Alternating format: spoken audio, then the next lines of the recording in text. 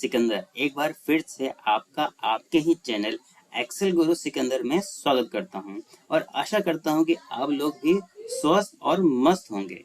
तो दोस्तों, आज का टॉपिक है अपना डाटा वैलिडेशन। आज के टॉपिक में हम यही डिस्कस करेंगे डाटा वैलिडेशन क्या होता है, डाटा वैलिडेशन को कैसे यूज किया जाता है।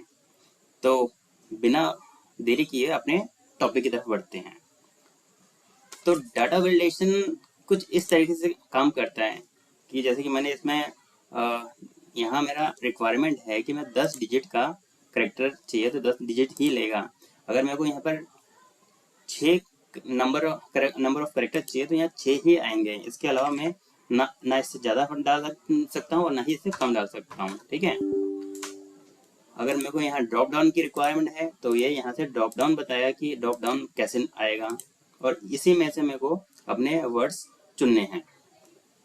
तो data validation basically MS Excel का एक ऐसा इनबिल्ट टूल है जो कि हमारी एंट्रीज को, यानी जो गलत एंट्रीज को एंटर करने से रोकता है। अगर हमने गलती से कोई गलत एंट्री डाल भी दी है तो ये फट से हमें एक मैसेज शो कर देता है। जैसे कि मैंने यहाँ पर एक डाल के दिखाया, मैंने आपको एंटर किया और फट से ये मैसेज शो कर गया कि देखो कि आपने ये गलत डाला है। तो यही काम करता है डाटा वैलिडेशन का। ठीक है। तो चलिए बिना समय व्यर्थ करते हुए मैं बताता हूँ कि कैसे काम करता है। ठीक है। तो इसकी वर्किंग के लिए हम इसमें समझते हैं। ये एक तरह का मैंने फॉर्म बनाया है, एम्प्लॉय रजिस्ट्रेशन फॉर्म है, जिसमें कि कैसे फॉर्म फिलअप करना है, कितना करना है, ये सब बताया गया है इसके बारे में। ठीक है। अब जैसे कि यहाँ नाम है, यहाँ जो एम्प्लॉय का नाम है, यहाँ रिक्वायरमेंट है कि मेरे एम्प्लॉय का नाम 10 करेक्टर से ज़्यादा नहीं होना चाहिए, यानी 10 करेक्टर के अंदर अंदर ही होना चाहिए। तो इसके लिए आप क्या करेंगे, हम डाटा वैलिडेशन में जाएंगे। यानी सबसे पहले हमें जाना पड़ेगा डाटा में और डाटा के अंदर से फिर जाना पड़ेगा हमको डाटा वैलिडेशन। ठीक है। डाटा वैलिडेशन हमने निकाला और डाटा वैलिडेशन का ये ऐसा स्क्रीन खुल के आता है। ठीक है। अब इसके अंदर मेरी रिक्वायरमेंट है कि जो टेक्स्ट है वो 10 करेक्टर से ज़्यादा का नहीं होना चाहिए। तो यहाँ से हम सेलेक्ट करेंगे टेक्स्ट लेंथ। अब टेक्स्ट लेंथ नहीं होना चाहिए 10, तो इज लेस देन और इक्वल टू, किसके इक्वल टू होना चाहिए, 10 के। तो 10 के इक्वल होना चाहिए। ओके। अगर मैं अब यहाँ पर 10 लिखूंगा तो वो करेक्टर हो जाएगा 10 के नीचे नीचे। अगर 10 के ऊपर लिखूंगा तो अब मैंने लिख दिया, जैसे सिकंदर लिख दिया तो ये एंटर हो गया। अगर मैं इसमें लिखूँ सिकंदर यादव, ये नहीं लिया। क्यों? क्योंकि ये 10 करेक्टर से ज़्यादा का है। ठीक है।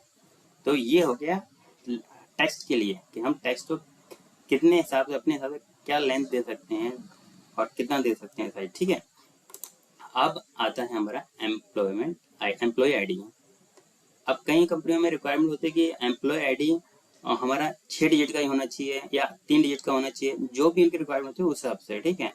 अब हमारे केस में हमने इसे 6 डिजिट का बना रखा है कि हम जो एम्प्लॉय आईडी है कि 6 डिजिट का ही होना चाहिए। तो ये कैसे करेंगे, इसके लिए फिर एक बार डाटा में जाएंगे, वहाँ से डाटा वैलिडेशन करेंगे और डाटा वैलिडेशन जैसे क्लिक किया तो अब इसमें हमें क्या करना है, वैलिडेशन क्राइटेरिया हमारा होना चाहिए इसके अंदर कि होल नंबर। अब होल नंबर क्या होना चाहिए, ये होल नंबर में 6 डिजिट का होना चाहिए। ठीक है। तो इसमें लिखेंगे बिटवीन, यानी डाटा हमारा किसके होना, बिटवीन होना चाहिए कि अब 6 डिजिट के मिनिमम नंबर क्या होता है, मिनिमम नंबर होता है 1 लाख, यानी 1 लाख ये हमारा मिनिमम सबसे छोटा नंबर यही होता है। और जो मैक्सिमम है, यानी सबसे बड़ा नंबर कौन सा होता है, सबसे बड़ा नंबर होता है हमारा 6 टाइम 9। ठीक है। तो ये हमारा 6 टाइम 9 हो गया। अब मैं जब भी कोई एंट्री करूंगा तो मेरा एम्प्लॉय में आईडी आना चाहिए 6 डिजिट का। अगर 6 डिजिट का मैंने डाला है तो वैलिड होगा, अगर 6 डिजिट से कम है या ज़्यादा है तो वैलिड नहीं होगा। अब जैसे मैं 1 2 3 4 करके देखता हूँ तो यहाँ दिखा रहा है कि this value does not match the data validation restriction. ठीक है। तो इसका मतलब ये हमारी एंट्री जो उसने डाटा वैलिड कर रखा है उसके अकॉर्डिंग नहीं है। अब मैं आपको दिखाता हूँ करेक्ट वैल्यू क्या होती है। 1 2 3 4 5 6, ये देखिए ये फट से ले लिया क्योंकि ये जो वैलिडेशन दे रखा है, डाटा का जो वैलिडेशन दे रखा है, जो क्राइटेरिया दे रखी है वो उसे मैच कर गया है। ओके। अब दोस्तों आती है कि ड्रॉप डाउन। अब यहाँ से ड्रॉप डाउन कैसे बनाया, मतलब मैं जो भी अपना करूँ और यहाँ से ड्रॉप डाउन बन गया है कि यहाँ मेरा ये HR डिपार्टमेंट है, यहाँ फाइनेंस डिपार्टमेंट है। तो ये कैसे करेंगे, इसके लिए अगेन हमें डाटा में जाना पड़ेगा और डाटा में जाकर डाटा वैलिडेशन के अंदर अब इसमें देखो कि मेरे को ये जो चाहिए drop down with small data, यानी मेरे को अगर कुछ छोटा डाटा हो तो कैसे करते हैं उसके साथ, यानी दोनों में ही चाहे डाटा आपका छोटा हो या बड़ा हो दोनों में सेम काम करेंगे। लिस्ट में जाएंगे और यहाँ पर सपोज कि मेरा कुछ मैंने डिपार्टमेंट दे दिया, फाइनेंस का दे दिया, HR का दे दिया और एडमिन का दे दिया, ठीक है, और इसे मैंने ओके कर दिया। तो यहाँ देखिए मेरा ये ड्रॉप डाउन लिस्ट बनके तैयार हो गया। यानी अगर मैं इसके अकॉर्डिंग इसके अंदर जितने भी हैं तो मैं ये सेलेक्ट करता हूँ तो ओके, अदरवाइज अगर मैं बाहर से कोई टेक्स्ट टाइप करता हूँ तो ये मैं एरर दे देगा, ठीक है। अब ऐसे ही drop down with large data, अगर ये तो मैंने ड्रॉप डाउन आपको बताया जिसमें कि 2 या 3 एंट्रीज दी, लेकिन अगर एंट्रीज आपकी ज्यादा है तब कैसे करेंगे आप, तो इसके लिए फिर डाटा डेप में जाएंगे और वहां से करना, लेकिन उससे पहले आपको कुछ लिस्ट अपना तैयार करना पड़ेगा कि जो भी आपका लिस्ट हो, ठीक है। अब मेरे केस में क्या है कि मैंने एक लिस्ट पहले से बना रखा था, तो मैं आपको वो लिस्ट दिखाता हूँ कि ये लिस्ट है कि ये हमारे पोजीशंस की लिस्ट है कि कौन कौन सी पोजीशंस होती है, ठीक है। ये मैंने यहाँ पेस्ट कर दिया। अब मेरे को फिर डाटा में जाना है और डाटा वैलिडेशन के अंदर डाटा वैलिडेशन करेंगे और यहाँ से हेलो के अंदर से फिर लिस्ट। अब हमें यहाँ लिस्ट में अब टाइप नहीं करना, अब हमें यहाँ से इसका रेंज देना पड़ेगा, कौन सा रेंज आएगा इस लिस्ट के लिए। तो यहाँ से मैंने ये रेंज दे दिया और ये ओके कर दिया, यानी मेरे को टाइप करने की जरूरत नहीं पड़ी है अब। और सिंपली इसको जो भी अपना पोस्ट देना है एडमिन का या सुपरवाइजर्स का या मैनेजर्स का, जो भी देना है वो आप अपने अकॉर्डिंग दे सकते हैं। आप थोड़ा इसको अपना फॉर्मेटिंग कर लीजिए, जो भी आपके जैसा आपको अच्छा लगता है। तो इसे मैं फॉर्मेट कर लेता हूँ, यहाँ से ये बॉर्डर कर दिया और फिर वो फिर से बॉर्डर कर दिया और इसको कर दिया।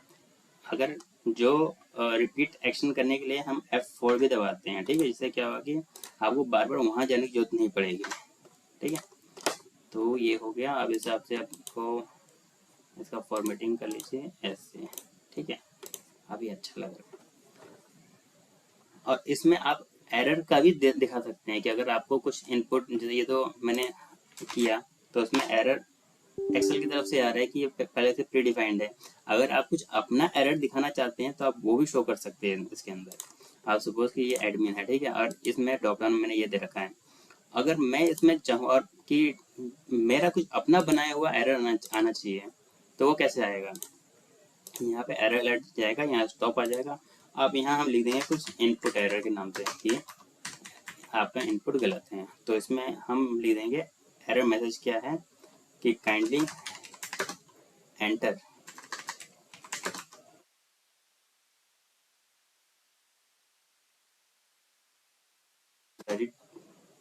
कीवर्ड्स, ओके, और ये डन। अब देखिए मैंने बाहर से कुछ डाला तो यही मैसेज बताएगा, मतलब जो भी मैं मैसेज टाइप करना चाहता हूँ, ठीक है। तो आई होप दोस्तों आपको आज का ये डाटा वैलिडेशन समझ में आ गया होगा और वीडियो भी पसंद आई होगी। अगर वीडियो पसंद आए तो मुझे कमेंट करके बताना ना भूलें और वीडियो को शेयर करें, चैनल को सब्सक्राइब करें। Thank you.